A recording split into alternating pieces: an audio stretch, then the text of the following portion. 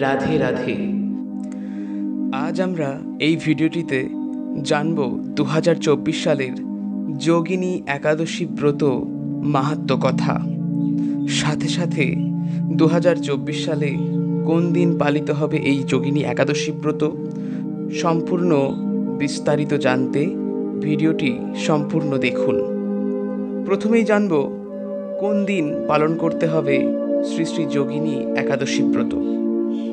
এই বছর যোগিনী একাদশী ব্রত পালিত হবে 17ই আষাঢ় 2রা জুলাই মঙ্গলবার শ্রী শ্রী যোগিনী একাদশী ব্রত পালিত হবে এবং পরবর্তী দিন 18ই আষাঢ় 3রা জুলাই বুধবার দ্বাদশীর দিন এই একাদশীর পালন করতে হবে সূর্যোদয়ের পর সকাল 7:03 মধ্যে। এবার আমরা চলে যাব শ্রী শ্রী যোগিনী একাদশী মাহাত্ম্য কথা প্রসঙ্গে। ব্রহ্মবৈবর্ত পুরাণে আষাঢ় মাসের কৃষ্ণপক্ষের একাদশী ব্রত মাহাত্ম্য যুধিষ্ঠির শ্রীকৃষ্ণ সংবাদে বর্ণিত আছে।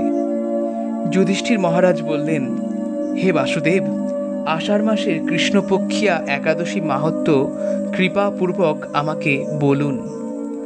শ্রীকৃষ্ণ বললেন, হে মহারাজ, সকল পাপ বিনাশিনী ও মুক্তিপ্রদ এই উত্তম ব্রতের কথা বলছি, আপনি শ্রবণ করুন। আষাঢ় মাসের কৃষ্ণপক্ষিয়া একাদশী যোগিনী একাদশী নামে খ্যাত। মহাপাপ নাশকারী এই তিথি ভবসাগরে পতিত মানুষের উদ্ধার লাভের একমাত্র নৌকা স্বরূপ।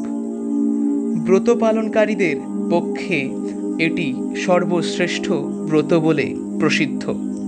এই প্রসঙ্গে আপনাকে একটি পবিত্র পৌরাণিক কাহিনী বলছি। অলকা নগরে শিবভক্ত পরায়ণ কুবের নামে এক রাজা ছিল। তিনি প্রত্যহ শিব পূজা করতেন। তার হেমমালী নামে একজন মালী ছিল। প্রতিদিন শিব পুজোর জন্য মানস সরোবর থেকে সে ফুল তুলে যক্ষরাজ কুবেরকে দিত। বিশালাক্ষী নামে হেমমালীর এক পরমা রূপবতী পত্নী ছিল। সে তার সুন্দরী পত্নীর প্রতি অত্যন্ত আসক্ত ছিল। একদিন সে তার স্ত্রীর প্রতি কামাসক্ত হয়ে পড়ল। রাজভবনে যাওয়ার কথা সে ভুলে গেল। বেলা 2 প্রহর অতীত হল। অর্চনের সময় চলে যাচ্ছে দেখে রাজা ক্রুদ্ধ হলেন। মালীর বিলম্বের কারণ অনুসন্ধানে এক দূত প্রেরণ করলেন। দূত এসে রাজাকে বললেন, সে গৃহে স্ত্রীর সাথে আনন্দে মত্ত। দূতের কথা শুনে কুবের অত্যন্ত রেগে তখনই মালীকে তার সামনে হাজির করতে আদেশ দিল। এদিকে মালী কুবেরের পূজার সময় অতিবাহিত হয়েছে বুঝতে পেরে অত্যন্ত ভয় পেল। তাই স্নান না করেই সে রাজার কাছে এসে উপস্থিত হলো। তাকে দেখা মাত্র রাজা ক্রোধাবশে চোখ রাঙিয়ে বললেন, রে পাপিষ্ঠ দুরাচার, তুই দেব পূজায় পুষ্প আনতে অবজ্ঞা করেছিস, তাই আমি তোকে অভিশাপ দিচ্ছি। তুই শ্বেত কুষ্ঠগ্রস্ত হয়ে যা এবং তোর প্রিয়তমা ভার্যার সাথে তোর চিরবিয়োগ সংগঠিত হোক। রে নীচ, তুই এখনই এই স্থান থেকে ভ্রষ্ট হয়ে অধোগতি লাভ কর।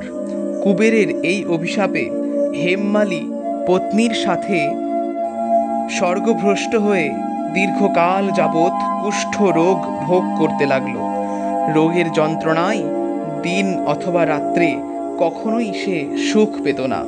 এভাবে শীত গ্রীষ্মে প্রচণ্ড বেদনায় বহু কষ্টে সে জীবন যাপন করতে লাগল। কিন্তু দীর্ঘদিন দেবাদিদেবের অর্চনের ফুল সংগ্রহের স্বীকৃতির ফলে সে শাপগ্রস্ত হয়েও বৈষ্ণব শ্রেষ্ঠ শিবের বিস্মরণ কখনো হয়নি। একদিন হেমমালি ভ্রমণ করতে করতে হিমালয়ে শ্রী মার্কেন্ডেয় ঋষির আশ্রমে উপস্থিত হল। কুষ্ঠ রোগে পীড়িত সপত্নী হেমমালিকে দর্শন করে শ্রী মার্কণ্ডেয় ঋষি তাকে জিজ্ঞাসা করলেন, তুমি কার অভিশাপে এই রকম নিন্দনীয় কুষ্ঠ রোগগ্রস্ত হয়েছ? সে উত্তর দিল, হে মুনিবর, রাজা ধনকুবেরের আমি ভৃত্য ছিলাম। আমার নাম হেমমালি। আমি প্রত্যহ মানস সরোবর থেকে ফুল তুলে শিব পূজার জন্য রাজাকে দিতাম, কিন্তু দুর্ভাগ্যক্রমে একদিন স্ত্রীর মনোরঞ্জন হেতু কামাসক্ত হওয়ায় সেই ফুল দিতে বিলম্ব হয়। রাজার অভিশাপে এই রকম দুর্দশাগ্রস্ত হয়ে পড়েছি। পরোপকারী মাধুগণের স্বাভাবিক কর্ম। হে ঋষিশ্রেষ্ঠ, আমি অত্যন্ত অপরাধী, কৃপা করে আমার প্রতি প্রসন্ন হন।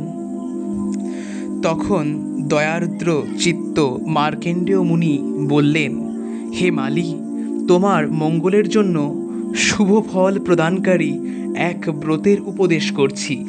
তুমি আষাঢ় মাসের কৃষ্ণপক্ষের শ্রী যোগিনী একাদশী নামক একাদশী ব্রত পালন করো।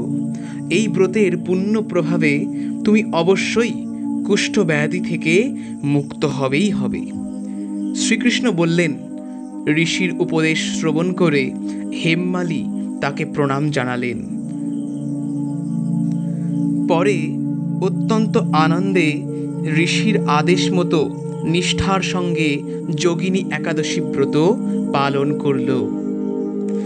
এভাবে হেমমালি সমস্ত রোগ থেকে মুক্ত হল ও পত্নী সহ সুখে জীবনযাপন করতে লাগল।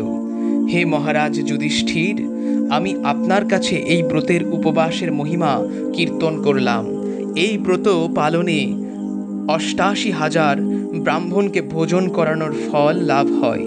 যে ব্যক্তি এই মহাপাপ বিনাশকারী ও পুণ্যফল প্রদায়িনী যোগিনী একাদশীর কথা পাঠ এবং শ্রবণ করে, সে অচিরেই সর্বপাপ থেকে মুক্ত হবে।